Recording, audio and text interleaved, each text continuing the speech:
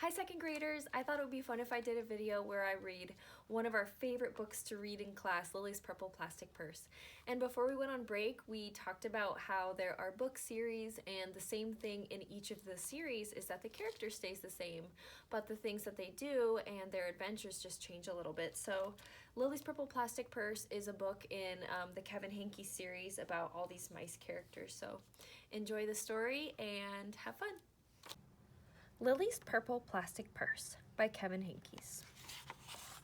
Lilly's Purple Plastic Purse. Lilly loved school. Wait for us! I love school. She loved the pointy pencils, she loved the squeaky chalk, and she loved the way her boots went clickety-clickety-click down the long, shiny hallways. Lilly loved the privacy of her very own desk.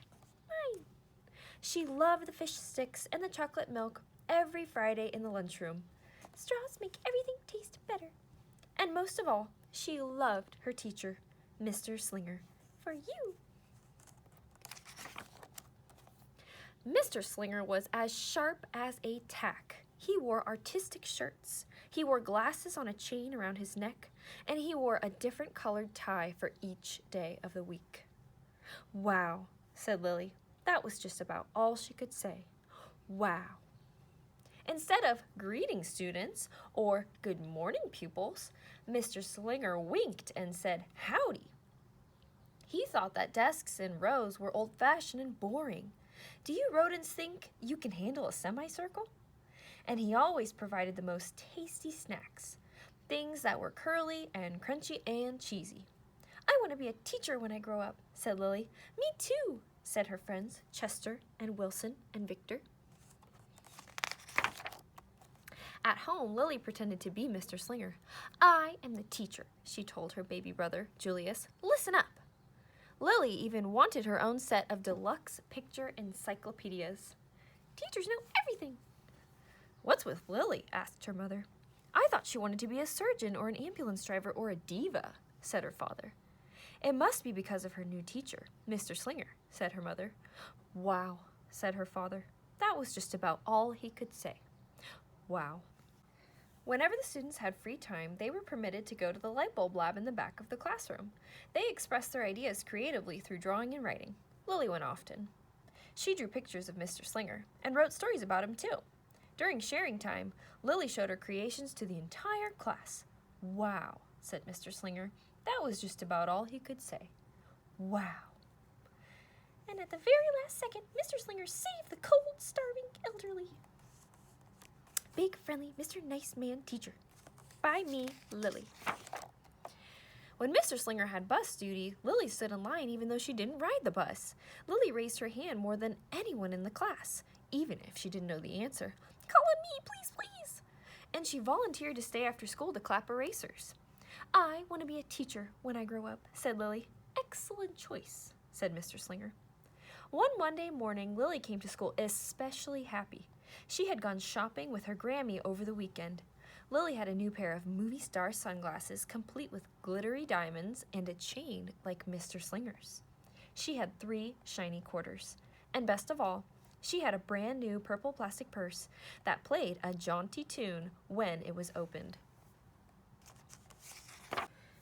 Lilly wanted to show everyone. Not now, said Mr. Slinger. Listen to our story. Lilly had a hard time listening. Shh. Lilly really wanted to show everyone. Not now, said Mr. Slinger. Let's be considerate of our classmates. Lilly had a hard time being considerate. Lilly really wanted to show everyone. Not now, said Mr. Slinger. Wait until recess or sharing time. But Lilly could not wait. She's in trouble. The glasses were so glittery, the quarters were so shiny, and the purse played such nice music, not to mention how excellent it was for storing school supplies.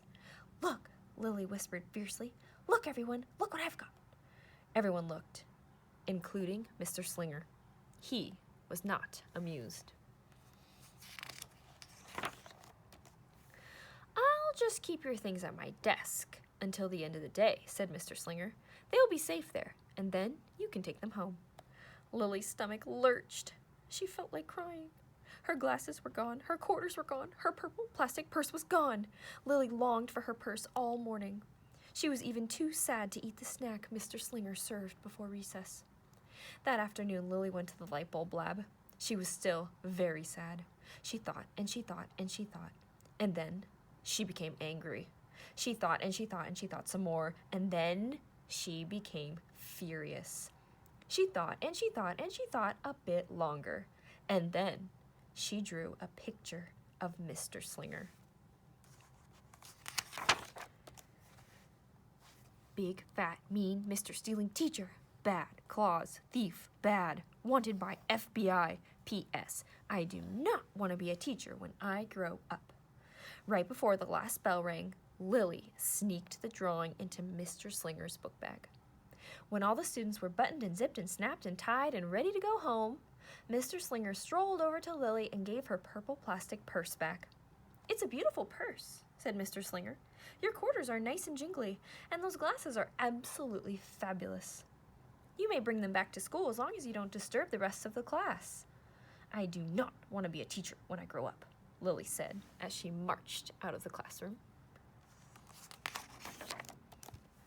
On the way home, Lilly opened her purse. Her glasses and quarters were inside.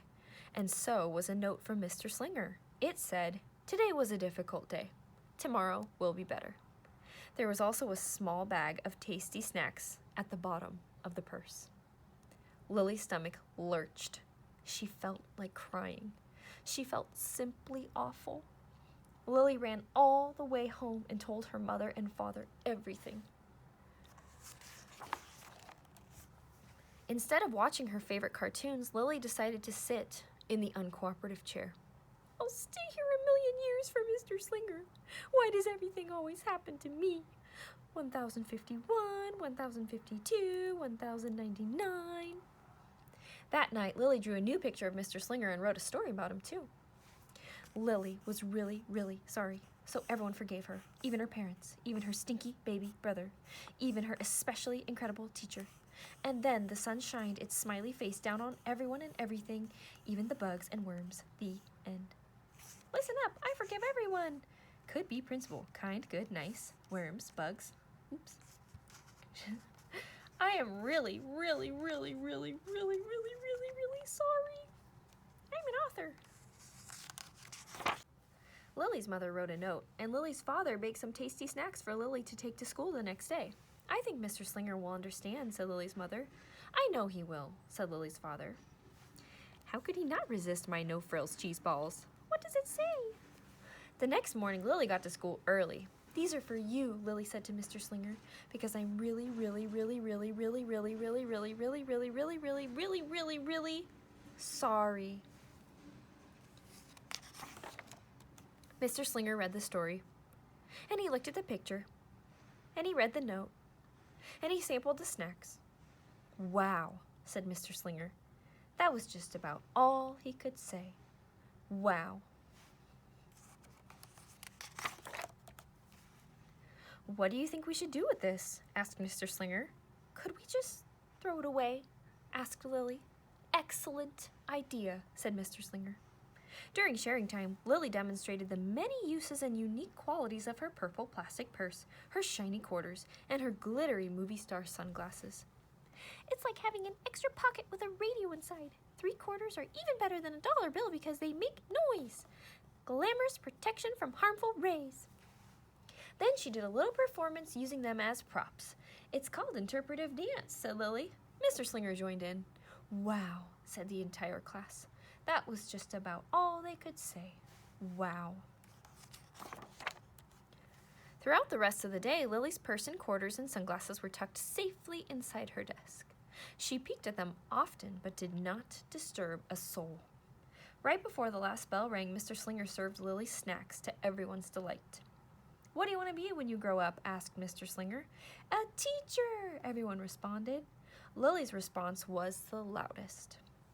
"Excellent choice," said Mr. Slinger. As the pupils filed out of the classroom, Lilly held her purple plastic purse close to her heart. Mr. Slinger was right. It had been a better day. Lilly ran and skipped and hopped and flew all the way home. She was so happy.